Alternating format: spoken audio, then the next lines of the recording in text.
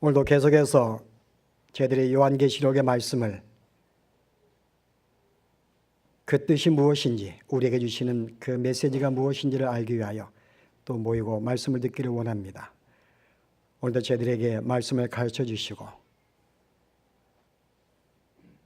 이 말씀 속에 담겨 있는 진리를 저희들로 알게 하셔서 다시금 이 말씀으로 힘을 얻고 또한 위로받고 또한 저희들의 생명이 더 건강할 수 있는 은혜로 허락하여 주시옵소서. 예수 이름으로 기도합나이다. 아멘. 아니, 기도하니까 집중이 안 되네요. 이 약이 지금 취한 것 같아요. 오늘 약을 안 먹고 나온다 그러면서 혹시나 하고 먹었는데 이게 보통 장난이 아니네 보니까는. 실은 제가 오늘 둘째 날인데 실은 말씀을 좀 준비하면서 좀 고민에 지금 빠졌습니다. 실은 여러분이 이 말씀을 정말 요한계시록의 뜻이 무엇인가, 우리가 그 말씀을 붙잡고 정말 바르게 주님을 섬겨야겠다, 어떤 그런 마음을 가지고 우리가 요한계시록을 여러분이 읽고 대하시게 되면은 그래서 제가 설교하는 것을 따라올 수 있습니다. 그런데 그냥 계시록을 하는가 보다, 이게 무슨 내용인지 여러분이 이렇게 그렇게 궁금하지 아니한 상태에서 이 말씀을 듣는다면은 아마 굉장히 지루할 수도 있겠다. 그렇게 생각하면서 좀 실은 고민 아닌 고민을 해봤습니다. 여러분 모두가 함께 말씀에 집중해서 정말 우리가 이 말씀에 위에서 바르게 주님을 섬기기를 원하는데 과연 우리가 그런 마음들이 있을까, 그런 생각을 해본 적이 있었습니다. 그래도 오늘 제가 이 본문의 말씀이 아니고 본문을 이해하기 위한 한 두세 번의 좀 다음 주까지 서론을 어떻게 이것을 볼 것인가 프레임을 짜기 때문에 특별히 주의 말씀이 아닙니다. 그래서 조금 더 내용이 지루할 수가 있고 학적일 수가 있어요. 또 우리 여러분들 가운데에서 또 제가 지금 준비하고 있는 이 말씀이 아닌 이미 어느 정도의 또 다른 색깔로 또한 요한계시록을 이해할 수 있는 분도 있습니다. 그런데 한번 그것이 이렇게 예를 들어서 검은 색깔로 물을 들이게 되면은 제가 아무리 이것이 빨갛다 그래도 거기에 이렇게 색칠해도 이 빨간색의 표가 안 납니다. 저는 바라기는 여러분들이 요한계시록을 이제 처음 듣는 것이다 라고 생각하면 굉장히 좋을 것 같아요. 처음 듣는 분들에게는 복되는데 이미 그전에 들어왔던, 혹시나 제가 이렇게 증거하고 싶은 말씀이 아닌 다른 관점에서 이 말씀을 들어왔다면 아마 제 설교가 듣기가 또 쉽지 않을 것이다. 이분들도 함께 설득을 시켜서 또 함께 어떤 제가 이렇게 증거하고 싶은 말씀을 이끌어가야 되는데 이와 같은 문제들이 아마 있습니다. 그런데 우리가 말씀 앞에서 우리가 마음을 오픈하고 성령이 역사하시는 대로 제가 가지고 있는 이 학설을 제가 강하게 주장하고 다른 것은 틀렸다 이렇게 말하고 싶지 않습니다. 왜냐하면 각자의 장점들이 있기 때문에 각자의 장점들을 살려가면서 저의 입장을 제가 또 이렇게 특별히 우리 장로교에서 우리가 지지하는 그 교리가 무엇인가를 나누고 싶기 때문에 이런 마음을 오픈하셔서 함께 이 말씀을 듣기를 원합니다. 오늘 제목이 어느 시대를 향한 말씀인가, 어느 시대에게 주어진 말씀인가 내용입니다. 그래서 우리가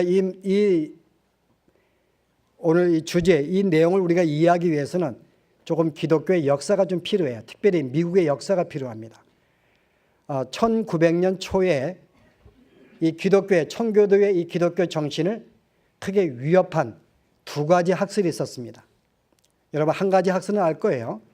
한 가지는 1800년 말에 독일에 시작한 자유주의 신학입니다. 자유주의 신학이 온 유럽을 휩쓴 다음에 그 다음에 미국으로 들어왔는데 미국이 얼마 안 되어서 이 자유주의 신학에 거의 영향을 받고 넘어지게 됩니다. 제가 일전에 한번 언급한 대로 미국에 있는 거의 모든 신학교들, 모든 대학의 종교학과들이 자유주의 신학으로 다 넘어가요. 이 자유주의 신학의 내용이 뭔가 하면 그들은 성경에 나타난 기적을 믿지 않습니다.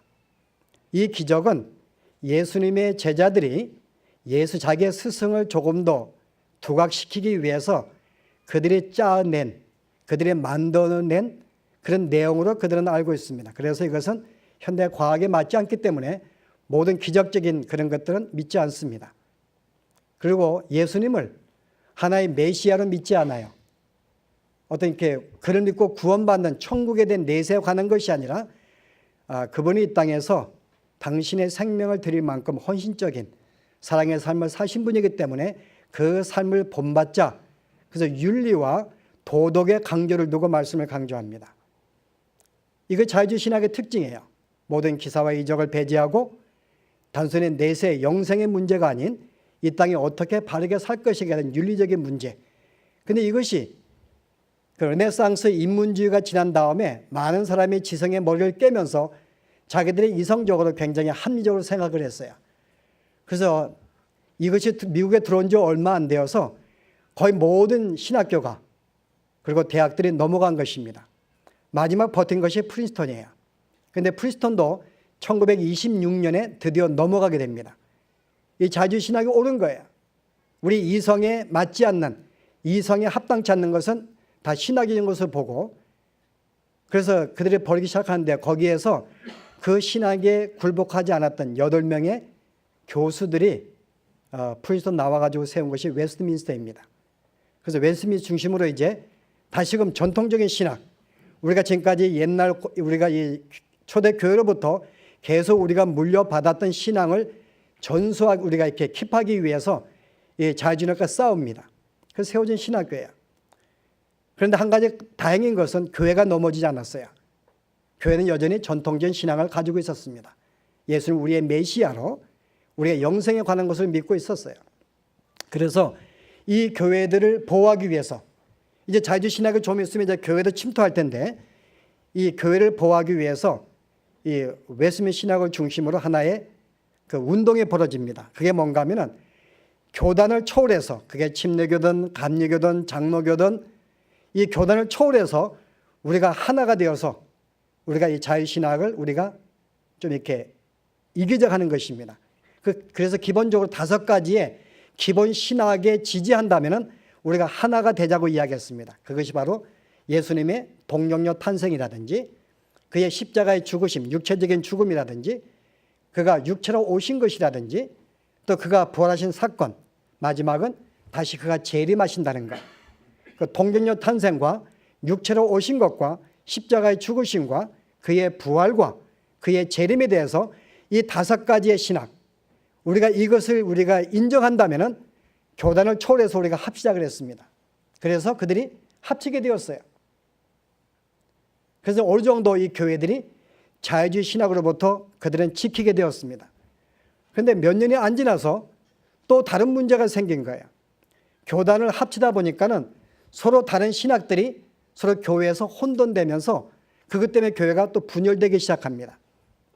그중 가장 대표적인 것이 바로 세대주의 학설이에요. 세대주의. 그 세대주의 학설이 이것은 실은 자유주의 신학과 함께 미국에 들어왔습니다. 비슷한 시대에. 그 원래 이 세대주의 학설은 여러분이 아마 역사 아신 분이 있지만은 1800년 초에 탄생한 넬슨 달비 들어보셨는가요? 넬슨 달비에 의해서 이것이 하나의 정립이 되었습니다. 그 사람의 성경을 보다가 로마서를 보았는데 로마서에 이와 같이 온 이스라엘이 구원을 받을 것이라는 말씀을 그가 갑자기 그 말씀이 눈에 꽂히기 시작합니다. 그래서 이스라엘이 하나님이 다 구원을 시키는가 보다 라고 생각을 하고 그 각도의 성경을 다시 연구하기 시작했어요. 그래서 그가 이제 만들어 정립한 신학이 뭔가 하면 크게 3가지가 요약할 수가 있는데 첫 번째가 뭔가 하면은 하나님의 백성은 2 그룹이 있다. 하나는 이스라엘 백성이고 하나는 교회라는 것입니다. 그게 이제 클래시컬, 그 초기에 이렇게 초기의 세대주의 학설이에요. 물론 지금은 조금 그게 발전되었습니다. 그래서 2 그룹이 있는데 하나는 이스라엘 백성이고 하나는 바로 교회예요. 그래서 그리스도가 이 땅에 오신 것이 하나님의 나라를 세우시고 완성시키기 위해 예수님이 이 땅에 오셨습니다. 그런데 이것을 유대인들에게 이스라엘 백성에게 말씀을 전가했는데 그들이 받았어요? 안 받았어요? 그들이 받지 않았어요. 그들이 이 하나님 나라를 거절했기 때문에 예수님이 부득불 이 복음을 이방인들에게 복음을 증거하기 시작합니다. 그래서 그들이 그 하나님 나라를 믿고 영접하게 돼요. 그래서 실제 그러면서 교회가 탄생한 것입니다. 그래서 이 교회는 원래 하나님의 계획 속에 없었던 거예요. 하나님께서 이스라엘 백성들을 만드시고 그에게 하나님 나라를 이렇게 그들에게 주어서 완성을 시키려고 했는데 그들이 거절하는 바람에 부득불 예상하지 못한 교회가 탄생하게 된 것입니다. 그래서 그들에게 교회가 성장하게 되었어요. 그런데 하나님은 당신이 신이신데 당신이 이 계획을 취소할 수 없잖아요. 그래서 약간 전략을 바꾸신 것입니다. 그래서 교회로 하여금 이방인들을 예수 믿어서 교회를 만든 다음에 그 다음에 여전히 그 약속, 이스라엘 백성들에게 하나님 나라 천국을 줘야 되기 때문에 이것을 언제 줄 것인가? 교회 시대가 끝난 다음에 줘야겠다. 그래서 예수님이 재림할 때에 모든 교회들이 다 휴거해 버립니다. 다 하늘의 공중에 올라가 버려요. 그리고 남는 사람이 누가 남아요? 이제 예수를 안 믿는 사람과 이스라엘 백성들이 남습니다. 그런데 이 이스라엘 백성들이 이제 이들에게 여전히 하나님 나라가 구약에 계속 약속해 주었기 때문에 다윗에게 그 약속을 성취하기 위해서 천국의 왕국, 이렇게 왕국, 하나님 나라 왕국을 그들에게 주어야 됩니다. 그래서 대신 그들이 그냥 주지 않고 그들이 예수님 때 복음을 거절했기 때문에 최소한의 어느 고난을 대가를 지불한다는 것입니다. 그래서 휴거한 다음에 7년 동안 환난을 당해요. 누가 당하는 거예요? 물론 예수 안 믿는 사람들과 유대인들이 여기에 환난에 참여하게 됩니다. 그래서 거기에서 다시금 하나님께 돌아오게 되고 예수를 믿게 되면서 그때 예수님이 7년 후에 다시 이 땅에 내려와요. 그게 지상 재림입니다. 그래서 이들은 예수님의 재림을 두 가지로 구분해요. 공중 재림과 지상 재림. 그래서 공중으로 한번 믿는 모든 교회들이 들림 받았기 때문에 나머지 이제 남아있는 이스라엘 백성들, 이제 이들에게 환란이 끝난 다음에 7년 후에 내려오셔서 그들로 하여금 이 땅에 1000년 동안 천년 왕국을 허락하십니다. 그래서 이 천년 왕국은 누가 참여하게 돼 있어요? 여기는 유대인들이 참여하게 돼요. 왜냐하면 그들에게 이미 구약의 하나님께서 그 말씀을 약속해 주었기 때문에. 그래서 그 왕국은 이스라엘 백성이 누리는 것입니다. 교회들은요, 교회는 관계가 없어요. 천년 왕국과. 왜냐하면 이미 천년 왕국은 유대인들에게 주어진 약속이기 때문에. 그래서 이제 1000년 동안 유대인들이 이 땅에서 하느님 메시아와 함께 천년 왕국을 누립니다. 그 다음에 이제 마지막 1000년 후에 대심판이 이루어져요. 그때 다시 한번 이스라엘 백성 가운데에서 또 예수 안 믿는 불신자들 가운데서 예수를 믿는가로 다시 한번 대심판을 하고 그게 끝난 다음에 이제 천국과 이제 지옥으로 갈라지게 되어 있습니다. 이 학설이 그가 이 넬슨 달비가 그것을 보고 그렇게 신학을 정리한 거예요. 이것이 미국에 들어온 것입니다. 근데 그 당시에 이 세계적으로 지난 시간 이야기했듯이 요한계시록 거의 다 아무도 풀어준 자가 없었어요. 부분적으로 몇몇 신학자에 의해서만 전수해 내려왔기 때문에 교회들은 거의 요한계시 내용이 뭔지 모릅니다. 근데 이 신학이 이제 이 달비가 그 모든 학설을 정리한 다음에 그가 미국에 들어와서 2명의 제자를 만들어요. 그 한 명이 스코필드입니다. 여러분 알고 있는 스코필드 영어 성경, 주석 성경 있잖아요. 그게 그 사람에게 제자를 삼고 또 한 사람이 쉐이퍼입니다. 두 사람의 제자를 삼아서 자기가 정립한 이 어떤 세대주의 종말론, 이것을 가르칩니다. 그래서 여기에 나와 있는 이 요한계시록의 모든 4장 이하의 모든 대환란은 현재 우리들에게 관계된 것이 아니고 마지막 예수님의 재림 때에 재림하지 못한 그 세대들에게 적용된 말씀이라고 그들은 주장합니다. 그래서 그 중에 이 스코필드가 그 가르침을 받고 그가 성경을 주석을 해요. 그게 스코필드 주석 성경입니다. 그게 주석이 되면서 모든 미국의 이 모든 교회들에게 퍼지게 돼요. 유럽에 퍼지게 되면서 그들은 주석을 알기 원했는데 성경의 뜻을 최초 나온 것이 스코필드이기 때문에 이것을 보니까 요한계시록이 휴거가 되는 거야. 모든 교회가 휴거가 되고 유대인들이 핍박을 받고 또 유대인들의 천년왕국을 누리고 이 내용에 그들이 하면서 미국의 거의 모든 교회들이 여기 학설에 빠지게 됩니다. 그래서 천년왕국을 그들이 이제 이 천년왕국 동안 이미 휴거된 사람들은 어디에 있는가? 예루살렘 성전에 내려오면서 성전에 거합니다. 그들은 이 땅에 거하지 않아요. 그런데 유대인들은 이 땅에 거합니다. 어쨌든 간에 믿는 자와 교회와 이스라엘 백성이 천년 동안 왕국을 누리는 거예요. 이 내용이 온 미국에 퍼지게 되었어요. 게다가 이들은 이 사실을 증거하기 위해서 어떻게 했는가요? 영화를 만듭니다. 소설을 씁니다. 그 토마스의 영향을 받게 되었어요. 그래서 이 사실이 교회들이 갑자기 이런 학설이 퍼지게 되니까는 이제 교회가 혼돈되는 것입니다. 그래서 다시 외순 중심으로 해가지고 안 되겠다. 다른 교단은 모르지만 세대주의 학설은 이것은 교회로 하여금, 왜냐하면 성경에 예수님의 재림을 한 번으로 말하고 있는데 그걸 공중전치상 두 번 말하는 것도 성경적이지 않고, 또 실제 이 교리를 갖다 보니까는 이 그리스도인들의 마음이 어떤 생각이었는가 하면 환란을 피하고 싶은 마음이 있는 거예요. 내가 교회가 되면, 예수를 믿으면 환란을 피하고 올라가니까는 실은 환란을 피하기 때문에, 그래서 환란을 피하고 싶은 마음속에 그들이 이 계시록을 배우고 여기에 빠지게 됩니다. 그런데 성경에 볼 때 아니 오히려 믿는 자가 환란과 핍박이 있다고 말하고 있는데, 실은 여러분이 지금도 우리가 공산주의, 지금도 뭐 중국이라든지 지금 북한이라든지 지금 뭐 옛날 소련이라든지 수많은 지금 기독교인들이 그만큼 핍박을 많이 받은 적이 있었어요. 죽임을 당하게 되고 감옥에 갇히게 되고, 우리가 한국에 우리가 복음이 들어올 때에도 얼마나 많은 성도들이 정말 이렇게 어떤, 그게 무슨 강이죠? 두만강인가요? 그 강에 피를 물들 정도로 많은 교인들이 실은 이렇게 어떤 이 자기의 생명을 놓는 그런 수많은 환란이 있었는데, 근데 이 교리는 마치 사람들로 하여금 내가 예수를 잘 믿어서 휴거가 되어서 환란을 피하도록 이렇게 어떤 생각을 준 것입니다. 그래서 마치 예수를 믿는 사람은 핍박을 당하지 않는 것이냐. 그러나 여러분, 실은 사도 바울만큼 얼마나 핍박을 많이 받은 적은 어디 있어요? 사도행전 10장 22절에 너희가 하나님에 들어가려면 많은 환란을 겪어야 될 것이니라. 예수님의 산상수훈에서 뭐라 그랬어요? 내가 나를 위하여 핍박과 환란을 받을 때 기뻐하고 즐거워하라. 이미 예전의 신앙의 선배들도 그러하였느니라. 실제 기독교 역사는 오히려 환란과 핍박인데, 오늘 여기에 있는 요한계시록의 7개 가운데서도 다 그들이 핍박 속에 빠집니다. 초대교회가. 그래서 실제 이 교리가 세대의 교리를 보다 보니까 마치 성도들이 어떤 환란을 피하기 위해서 마치 그렇게 예수를 잘 믿고 거기에 올라가려는 이런 잘못된 생각에 빠지게 된 거예요. 또 하나의 생각이 마지 뭔가 하면은 천년 왕국입니다. 그러면 천년 왕국 때에 두 무리가 살고 있는 거야.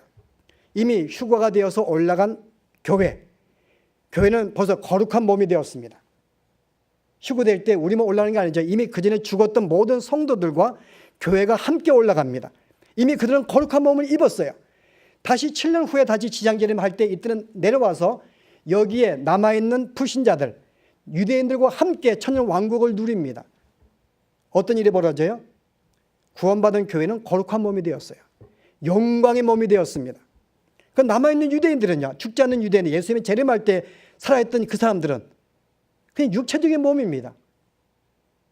그 실제 두 무리의 그룹이 천년 왕국을 누리고 있는 거예요. 한 그룹은 거룩한 영광의 몸을 입은 자들, 하는 여전히 육체의 몸을 가지고 있는 자들, 이게 지금 말이 되냐 그 말입니다. 그래서 외순 중에도 이건 아니다. 어떻게 이런 일이 벌 수가 있는가. 그리고 이미 우리가 하늘 천국에서 영광의 몸을 입고 천광의 영광을 맛보았는데 다시 이 땅에 내려와서 천년 동안 육체와 더불어 산다는 게 이게 천국이냐 그 말입니다. 이와 같은 내용들이 교인들로 하여금 혼돈을 주고 잘못 생각을 주어서 드디어 세대주의를 이렇게 함께 할 수 없다. 그래서 이제 그리가 갈라지게 되죠. 근데 이때 또 한 사람이 이 스코필드와 함께 더불어 제자를 삼은 사람이, 제자가 된 사람이 최이퍼입니다. 이 사람이 이 교리를 받고 처음으로 세운 신학교가 달라스 신학교예요. 달라스에 있습니다. 그래서 거기에 이 사람이 이 신학을 중심으로 해서 하나의 체계적으로 리바이스드, 하나 이렇게 수정된 세대주의를 만들어요. 그래서 이 달라스 신학교 가려면은 여러분, 신학교는 들어가면 처음에 서약을 합니다. 세대주 입각을 해서 이 모든 유황의 사건은 말세 미래에 벌어질 일들로서, 그래가지고 거기에 서약을 한 사람만이 신학교 공부하게 되어 있어요. 여전히 이 신학교는 존재하고 있고 여전히 여기 나온 사람들이 계속 이 말씀을 가르치고 있습니다. 세대주의 특징은 또 한 가지 문제가 뭐 있는가 하면 인간의 구원을 7단계로 나눠요. 인류를 세대주란 말은 세대입니다. 7세대로 나누어서 각 세대마다 구원 방법이 틀린 것입니다. 아담과 하와는 행위로, 선악과는 먹고 안 먹고로 구원받은 것이고, 그 다음에 율법 받은 이스라엘 백성들은 율법을 지키고 안 지킴으로 교회 시대는 예수를 믿고 안 믿고로 그 시대마다 구원받는 방법이 틀리다 그 말입니다. 그래서 우리 모든 성경은 그리스도에 대한 말씀이고 우리가 믿음으로 구원받는 것인데 이 말씀이 도저히 안 되는 거예요. 그래서 그때부터 세대주의가 분리되면서 세대는 셋 나름대로 계속 자기들의 교세를 확장시킵니다. 또 저희가 전통적인 교회들은 교회 나름대로 여기에 견제하면서 계속 옛날 신앙을 킵하게 되어 있어요. 그래서 지금 미국은 거의 일반적으로 제가 볼 때 한 70~80%는 세대주의 영향 속에 있습니다. 그래서 저희는 저 같은 경우는 소수에 들어가는 거예요. 또 한 가지 불행한 것은 한국에 최초로 온 선교사 여러분 누굽니까? 특별히 와가지고 이 최초의 이 평양신학교를 세울 때 크게 기여한 사람이 있는데 그게 알렌 클락이에요. 이 사람이 한국의 첫 번째 평양신학교를 세우는데 기여한 사람인데 이 사람이 세대주의에 속한 교단에 파견받은 선교사입니다. 그 실제 거기에 우리 한국의 신학교가 세워지면서 거기에 있는 공부한 모든 목사님들 평양신학교에 거의 세대주의 생각에 잡혀 있었어요. 이것이 언제 정리가 되었는가 하면 45년 해방된 다음에 그다음에 이제 6.25 전쟁 때에 그때 이제 화란과 웨스민스터에서 신학을 공부한 사람들이 이거 잘못되었다고 이제 말하면서 가르치면서 그때부터 신학교가 조금씩 이제 신학에 바뀌게 된 것입니다. 그런 점에서 한국에 있는 제가 볼 때 한 80~90% 그리고 미국에도 70~80%는 세대주의의 학설에 입각해서 유한계시록을 보고 있다는 거죠. 그래서 제가 힘들다고 생각한 거예요. 여러분 가운데 많은 분들이 이 세대주의 입장에 듣고 있기 때문에요.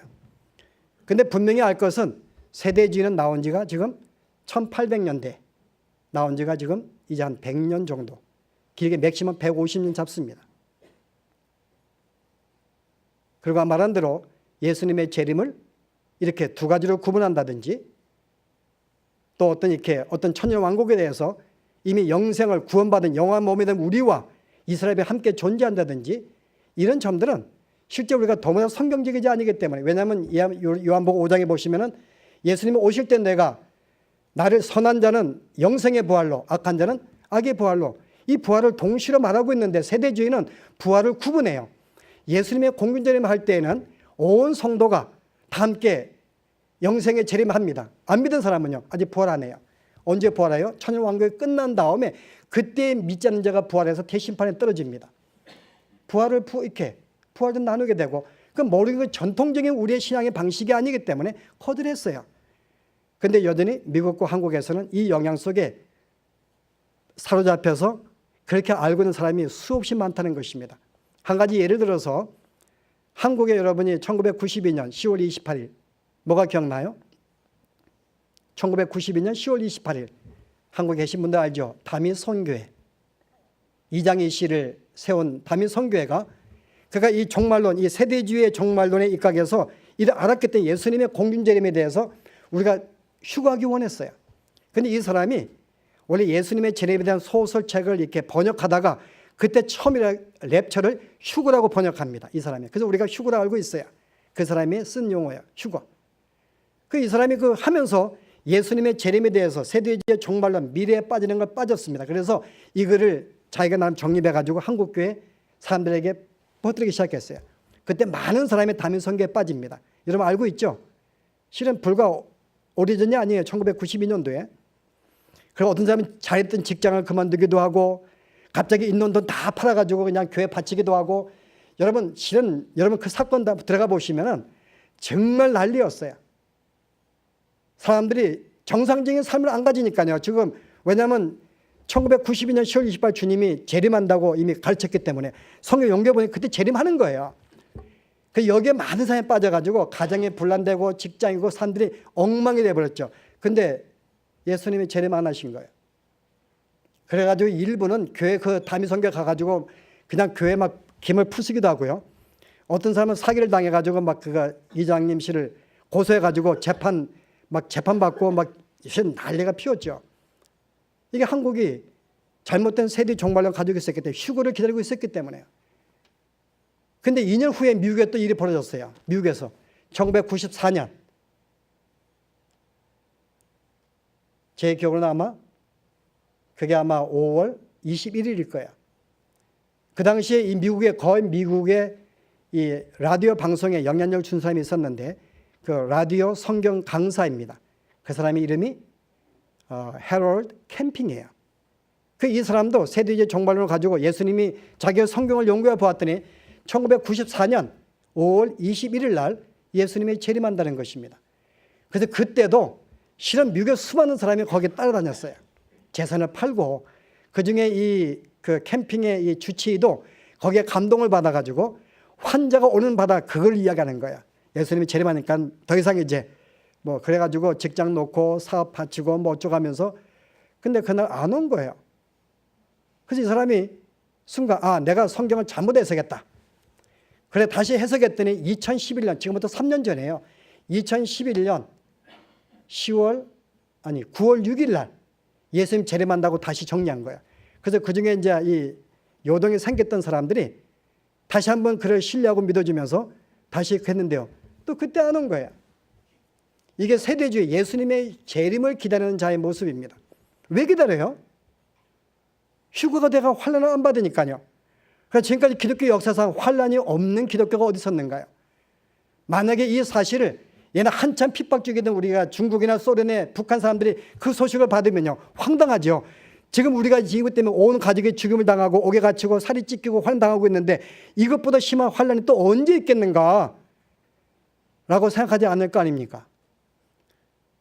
그리고 실제 세대적 한 가지의 오류가 뭔가 하면은 앞에는 7교회를 예수님의 재림 전까지 세대 7세대로 나누어요. 교회를.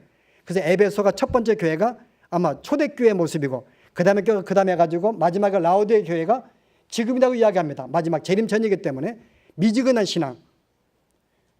그것도 우리의 착각이죠. 예수님이 뭐 당장 내일 재림하신대요. 그러면 라오디게 교회 맞죠. 지금 우리가 미지근하니까는. 천년에 오시면요.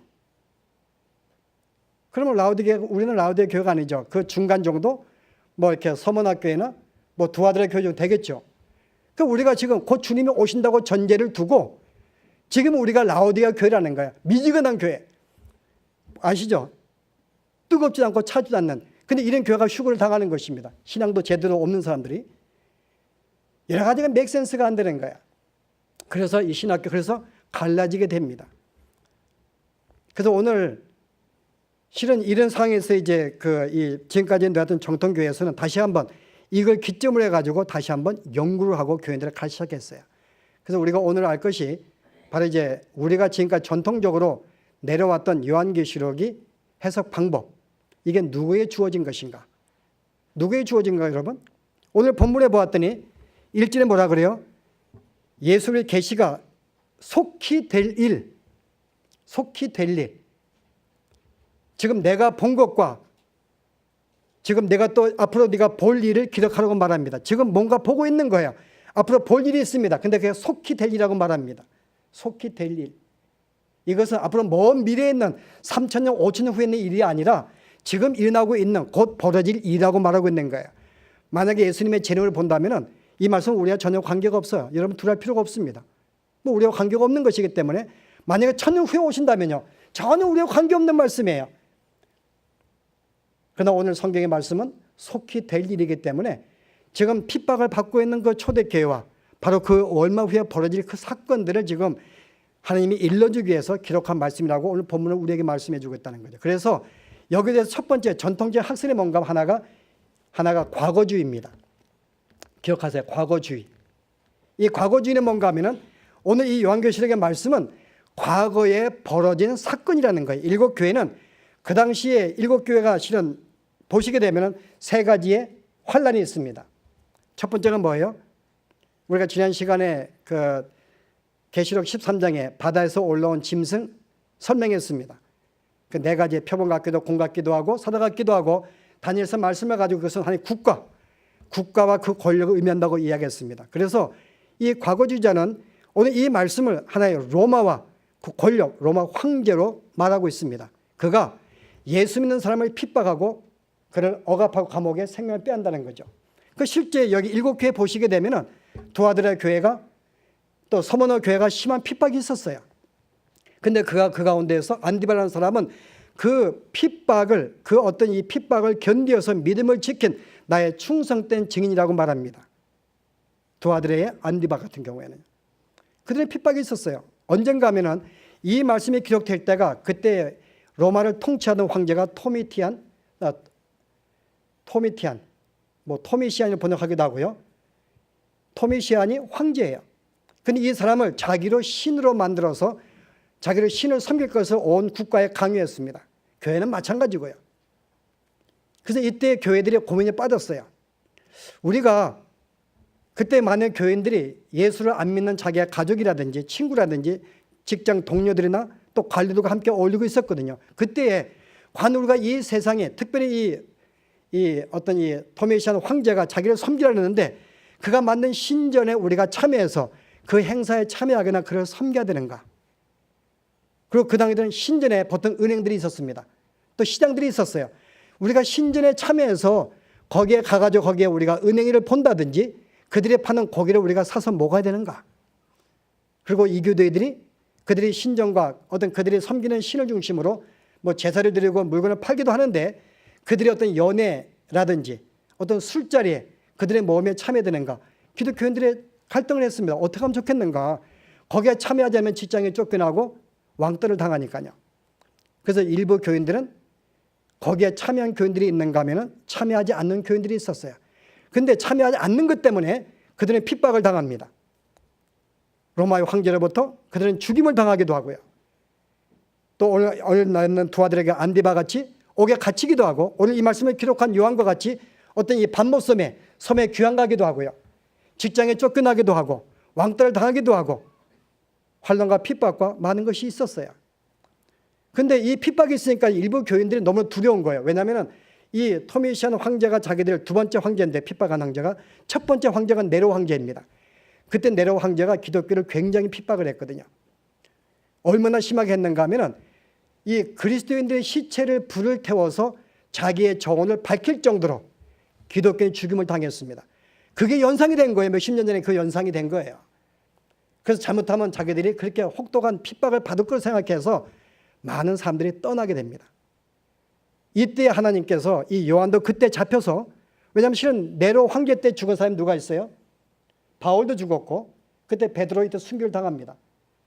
너무나 끔찍당했기 때문에 지금도 내가 이 토미시안 황제가 자기들이 할 때 이 거절하면 같은 죽음을 당한다고 생각을 해서요.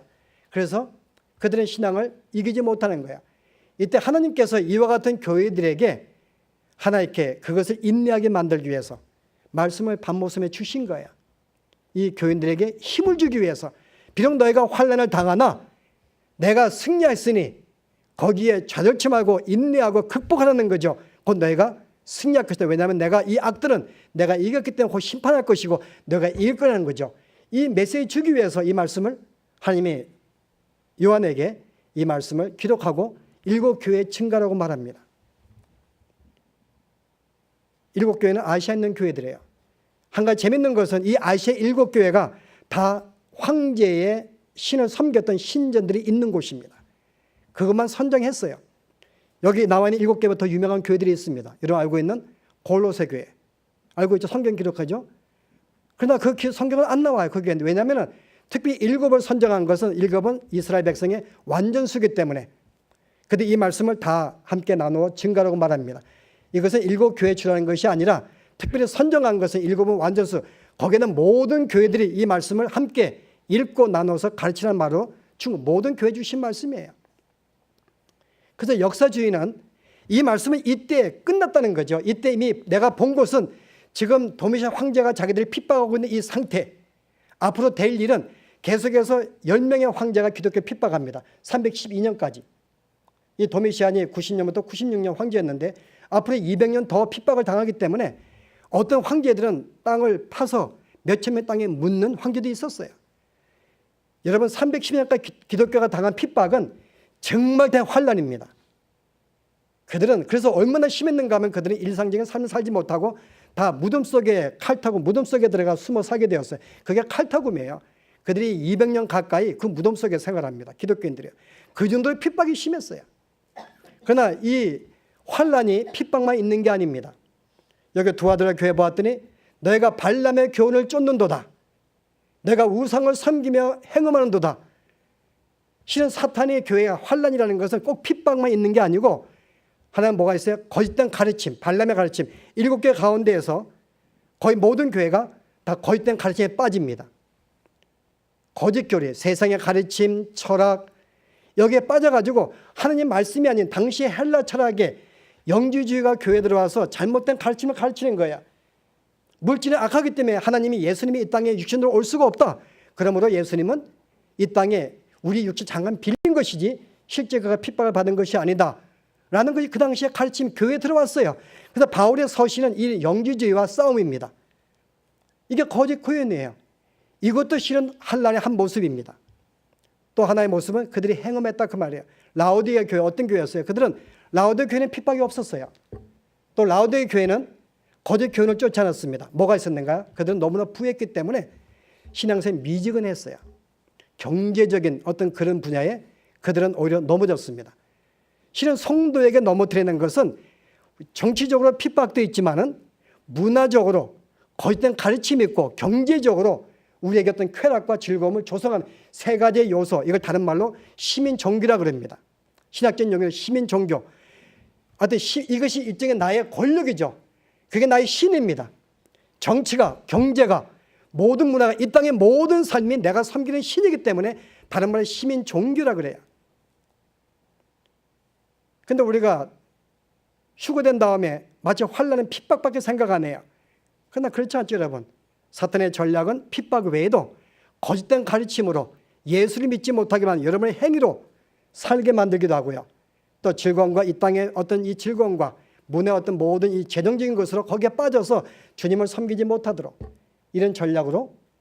그래서 실은 이 가고주의는 바로 이런 사실, 앞으로 속히 될 일은 지금 그 다음에 이르질 벌어질 일인데 이게 바로 앞으로 남아있는 8명의 황제된 이야기고 이제 그때 그들이 끝난다는 것입니다. 그래서 실은 이 환난과 핍박은 10명째 황제가 끝나면서 환난과 핍박이 끝나고 이제 왕국이 시작했다는 거예요. 그때부터 313년부터.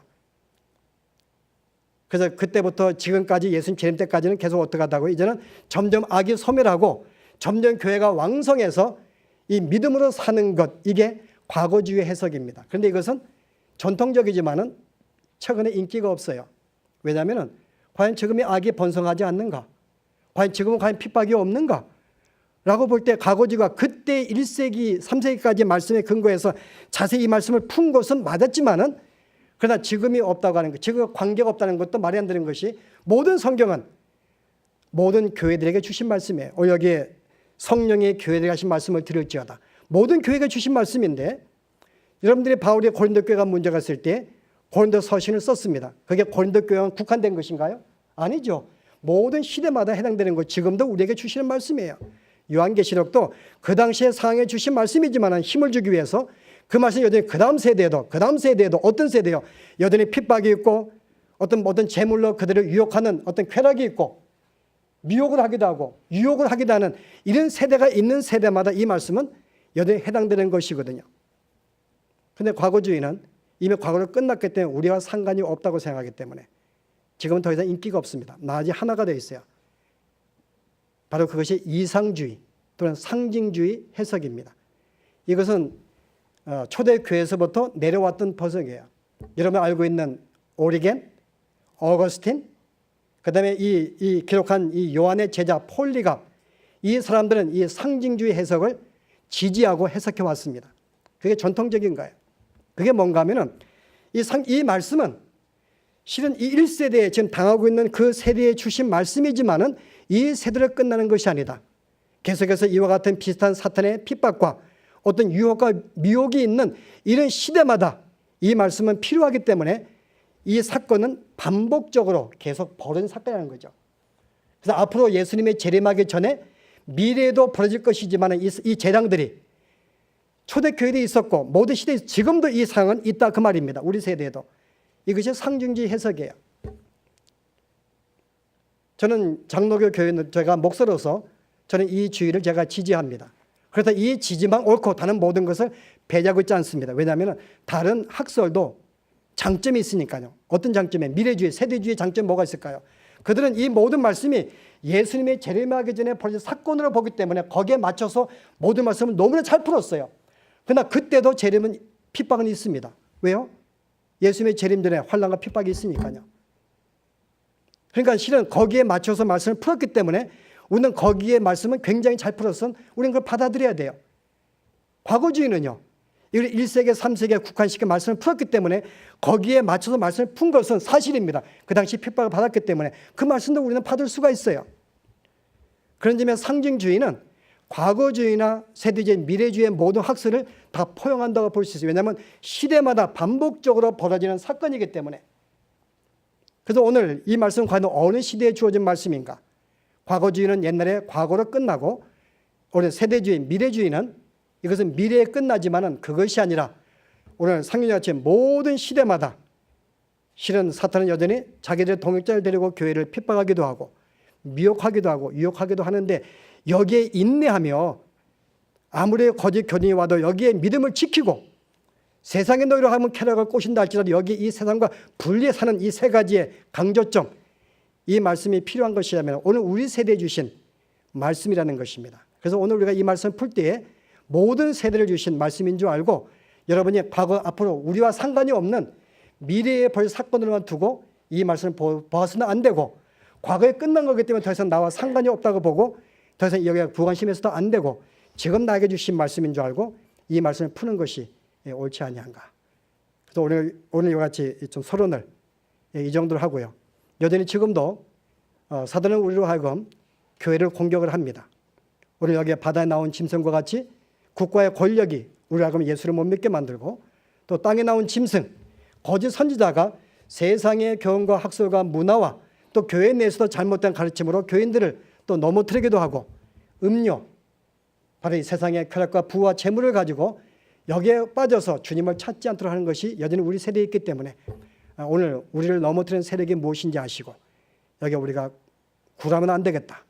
정말 인내하면서 바른 믿음을 가지고 우리가 정말 세상과 분리해서 신실하게 예수를 믿는 우리의 삶이 되었으면 좋겠다. 우리가 이런 소원을 가지면서 우리 계속 말씀을 보도록 하십시다. 기도하시겠습니다. 하나님,